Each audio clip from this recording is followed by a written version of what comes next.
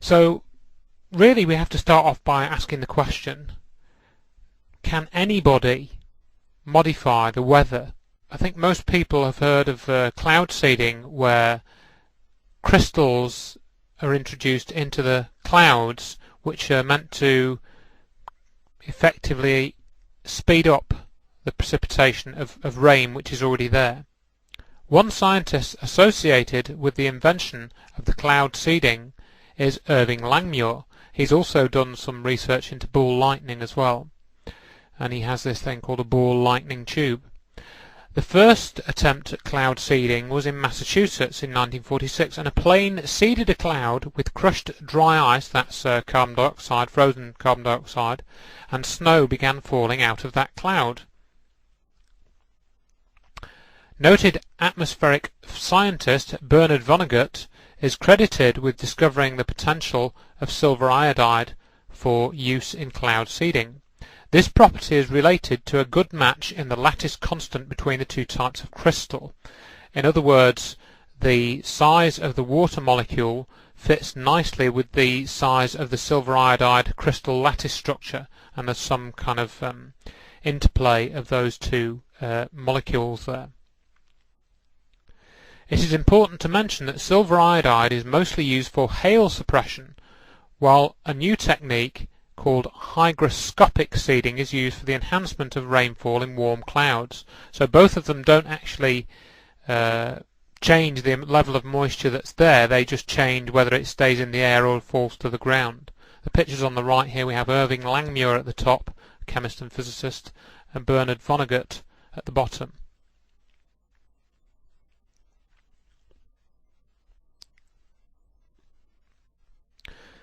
Now, further to these developments, one private organisation offered during the 1970s to conduct weather modification, which was cloud seeding from the ground using silver iodide flares, and that was Irving P. Crick and Associates of Palm Springs, California. So again, they were using silver iodide crystals. They were contracted by the Oklahoma State University in 1972 to conduct such a seeding project to increase warm cloud rainfall in the Lake Carl Blackwell watershed. The primary water supply was Stillwater, Oklahoma, and this was dangerously low, so this is why they wanted to try and induce some rainfall. The project did not operate for a long enough time to show statistically any change from the natural variations. However, at the same time, seeding operations have been going on in California since 1948, and again it's mainly for hail suppression, particularly these days to stop damage to property with large hailstones. They try and induce falls before that actually happens. But now, on a separate subject, we have Project Storm Fury, but this was again cloud seeding, but this was a more secret project. Project Storm Fury was an ambitious experimental program of research on hurricane modification carried out between 1962 and 1983. The proposed modification technique involved artificial stimulation of the convection outside the eye wall through seeding with silver iodide. The invigorated convection, it was argued, would compete with the original eye wall and lead to reformation of the eye wall at a larger radius, and thus, through partial conservation of angular momentum, produce a decrease in the strongest winds. And this is what this diagram is trying to show. In other words, here we have the original eye wall of the hurricane, and the seeding is introduced in this area, and the old eye wall weakens as a new one grows, which is further out from the eye, and then the new eye wall becomes dominant, and so the wind speed is actually less because the wind is travelling over a wider circumference.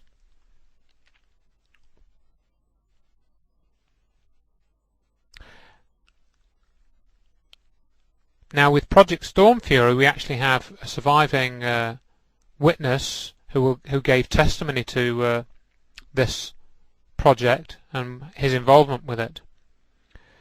Ben Livingston worked on the project and maintains that their efforts were successful, and that hurricanes should be seeded to reduce damage.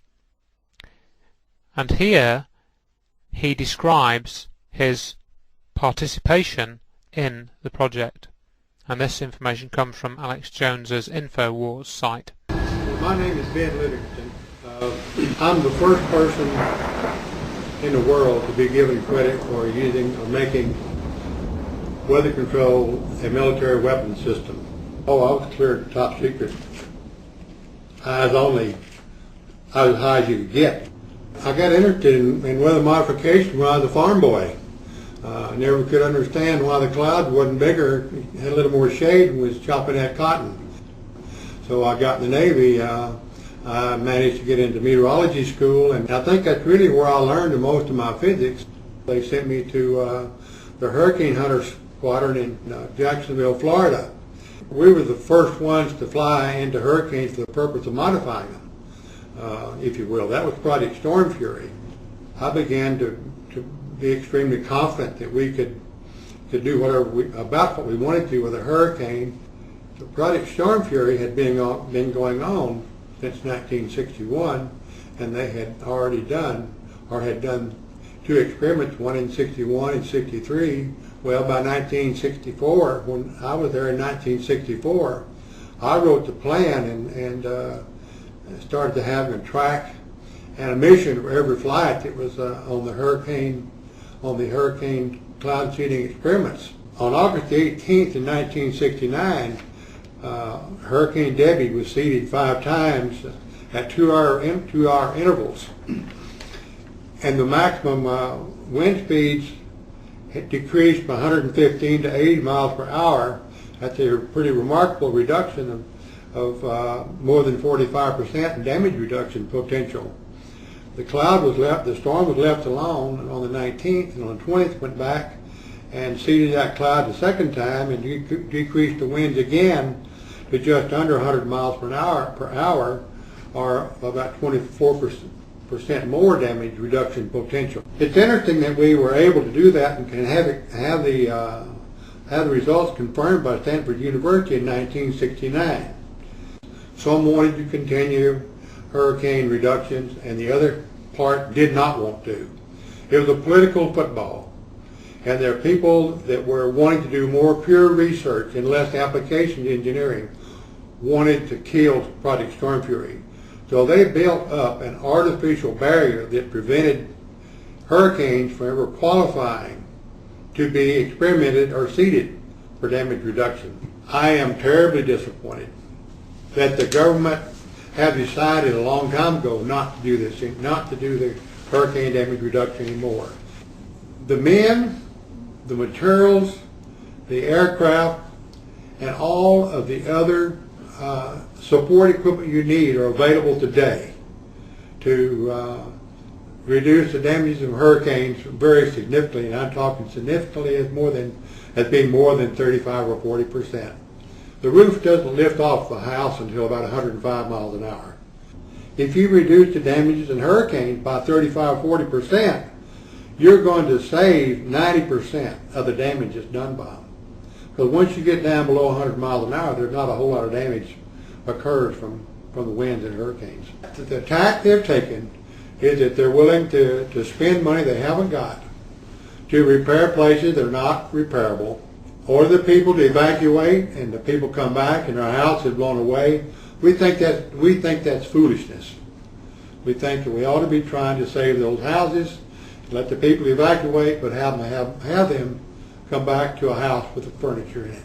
Our aircraft can carry over 400 cloud seeding units. Now, those back in Project Storm Fury days could only carry 52.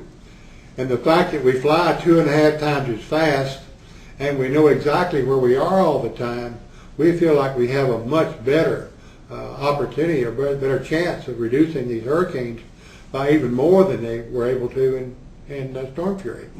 Well, the problem we have right now is that while we've contacted every senator in the U.S. Senate, all 100 of them, we've had one mediocre response from one of them.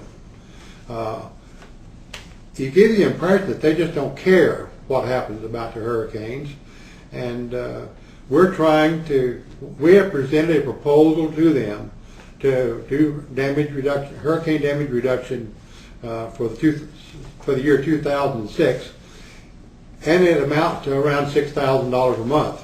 But we have enough airplanes, we have enough people in our company that we can do that. We need to be out there seeding these hurricanes, and if we don't get the results that we think we're going to get, then we can say we're not ready for it. But that's not going to be the case.